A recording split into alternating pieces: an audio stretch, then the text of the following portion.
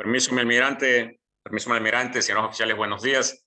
Teniente navío de superficie Israel Romero expondrá sobre la temática nuevas tendencias estratégicas correspondientes al área de conocimiento de la estrategia naval.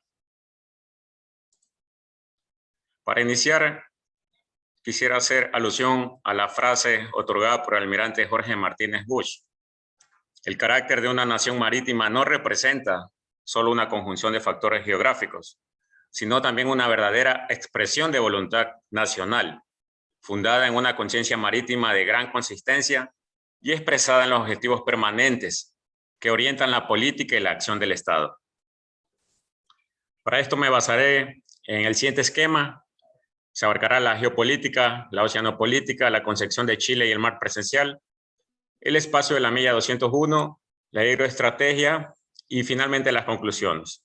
La información fue obtenida del documento Estrategia Marítima, Evolución y Prospectiva de la Escuela Superior de Guerra de Colombia del 2016. La geopolítica. A inicios del siglo XX surge en Europa la geopolítica, la cual buscó comprender la real influencia que ejercen los factores, tanto geográficos, económicos, sociales, históricos y culturales en la vida de un Estado. Hacia el año 1916, Rudolf Helen, su fundador, manifestó que el Estado es un organismo biológico, con vida y con conciencia propia, que nace, crece y muere en medio de permanentes luchas. Bajo estos principios, trató de explicar la evolución y cambios que sufrían los estados.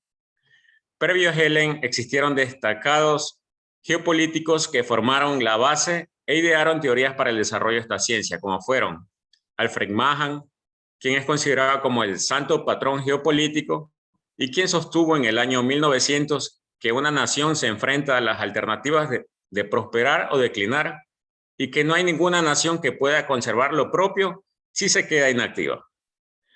Mientras tanto, el británico Mackinder determinó que quien gobierne Herland, la Tierra Corazón, esto es Europa Oriental y el territorio que ocupaba la Unión de las Repúblicas Soviética y parte de China, como se visualiza en la parte superior izquierda, quien domine el Herland dominaría el mundo. Posteriormente, el norteamericano Nicolás Spinman formuló una adición a lo expresado por el británico Mackinder, que quien controle el Ringland, estas son las áreas periféricas y marginales del continente euroasiático, dominaría el mundo, como se ilustra en la parte superior derecha del slide. Para el año 1980, la geopolítica se enfocó en la relación entre la posición geográfica de los estados y su política internacional. Actualmente, la geopolítica se concibe como una ciencia orientadora al desarrollo de una nación y como un instrumento de gran utilidad para valorar la seguridad y la defensa nacional. La influencia sobre los océanos a partir de la firma de la mayoría de los países de la CONVEMAR ha presionado sobre la geopolítica de cierta forma para darle una mayor importancia a los estados marítimos, surgiendo la oceanopolítica, como se verá a continuación. Bien, la oceanopolítica es una ciencia formulada por el ex comandante en jefe de la Armada, almirante don Jorge Martínez Bush, que trata sobre el estudio de la relación espacial que tienen los estados marítimos con el mar. La oceanopolítica específicamente trata sobre la dependencia espacial existente entre la posición de los estados con el océano, en la cual el entorno geográfico que le da el mar tiene decisivas influencias en las decisiones políticas. El propósito de la oceanopolítica es lograr que el conductor político aprecie la influencia del mar en el ciclo vital del Estado y adquiera conciencia que este es un espacio muy diferente. Y aquí nace el interrogante: ¿es una herramienta para los estados marítimos? Absolutamente que sí. Los estados ribereños se valen de la oceanopolítica como herramienta para alcanzar los objetivos del Estado, ya que actualmente no miran al mar como un recurso solamente, sino como un sistema mediante el cual se pueden administrar y manejar un conjunto de recursos. Por otra parte, hay que notar que existe una diferenciación entre la oceanopolítica y la política oceánica marítima. La política oceánica marítima hace parte de la geopolítica y trata de la relación del desarrollo del espacio terrestre por medio del espacio oceánico, es decir, el mar simplemente como un impulsor de la Tierra. En cambio, la oceanopolítica se ocupa del espacio oceánico como un verdadero espacio de conocimiento y de desarrollo del Estado.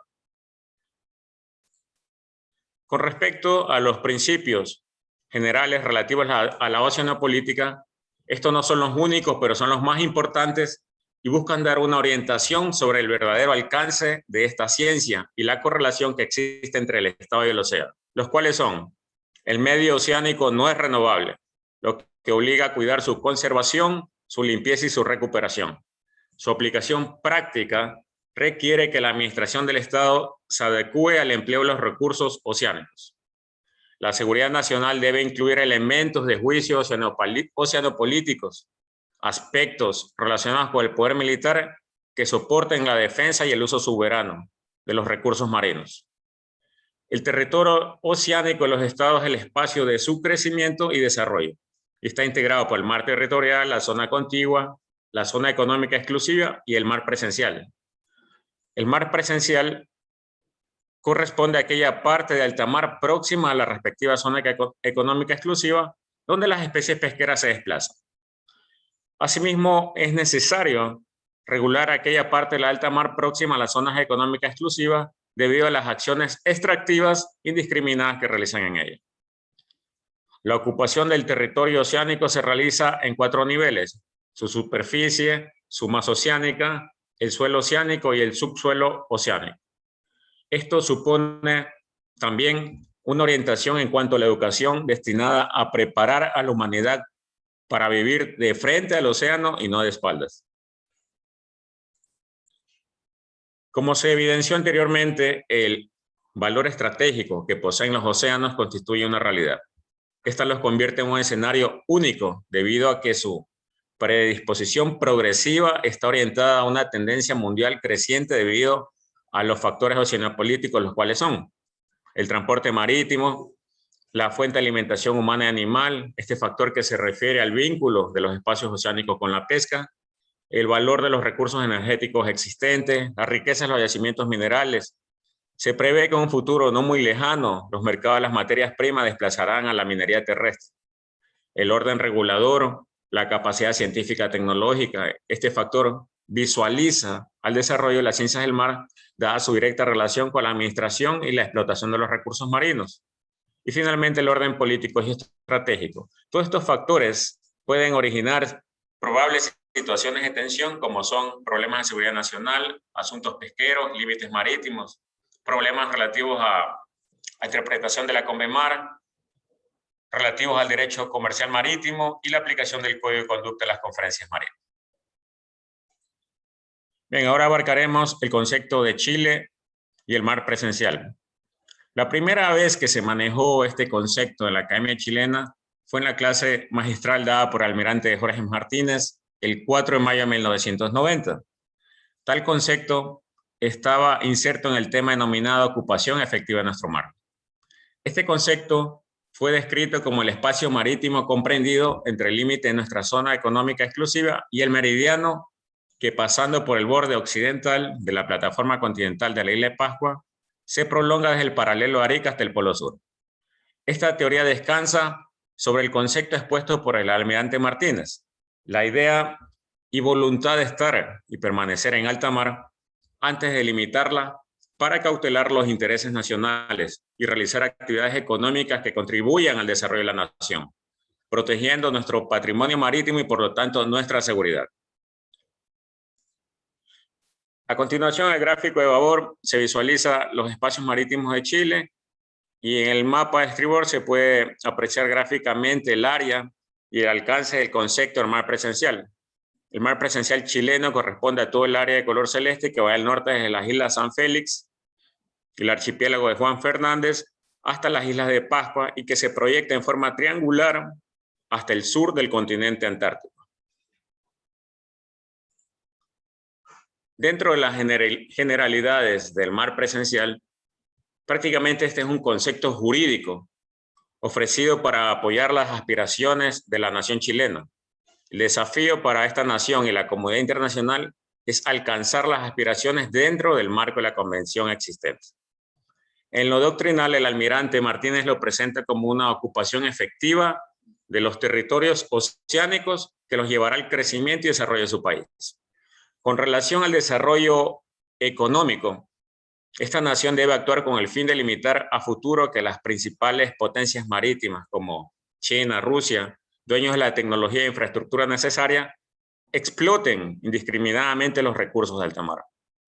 Frente a la seguridad estratégica, el almirante Martínez considera que la presencia de flotas pesqueras extranjeras representa una amenaza estratégica que puede crear serias tensiones geopolíticas en la medida que éstas se surtan de los recursos originados en el Triángulo del Pacífico Suroriental.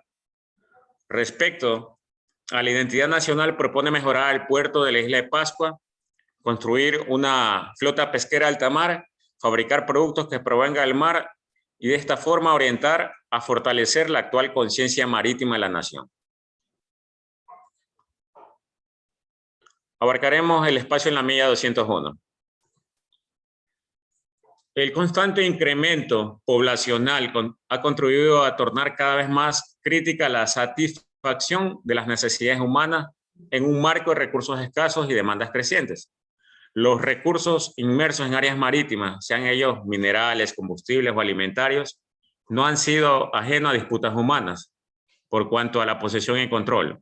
Específicamente la pesca en la milla 201, la Organización de las Naciones Unidas para la Agricultura y la Alimentación, FAO, expresó en 1994 que de los 17 principales caladeros del mundo, se estima que 9 han sido totalmente devastados por efecto de la sobrepesca. A partir de la milla 201, donde la jurisdicción del Estado ribereño termina, comienza la zona en que las medidas conservacionistas dependen solamente de la responsabilidad de los actores, ya que no existía una autoridad que legítimamente pudiera ejercer algún tipo de control.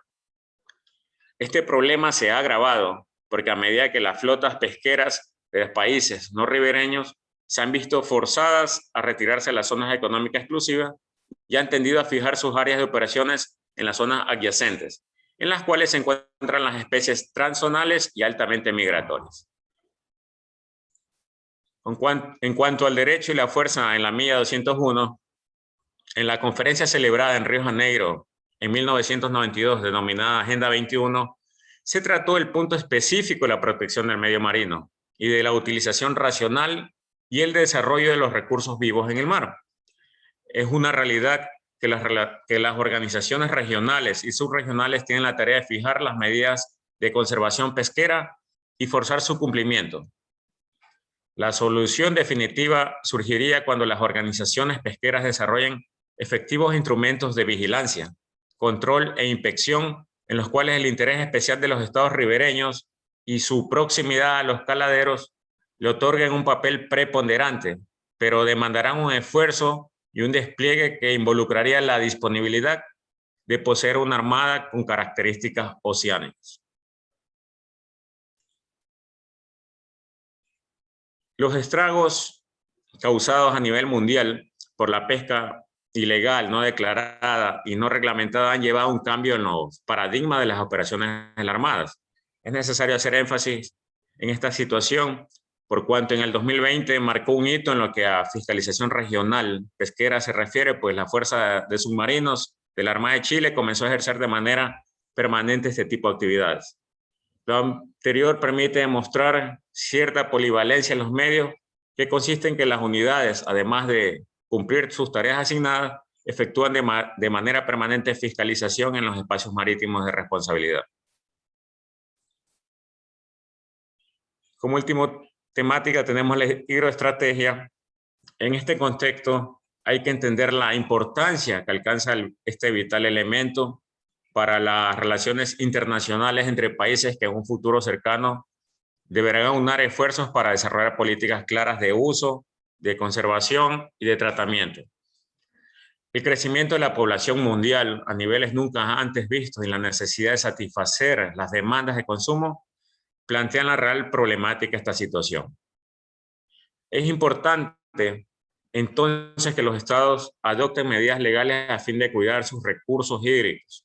Por otra parte, desarrollen sistemas de vigilancia y control de todas las actividades que se realizan en las vías fluviales a fin de que sean utilizadas por las amenazas actuales.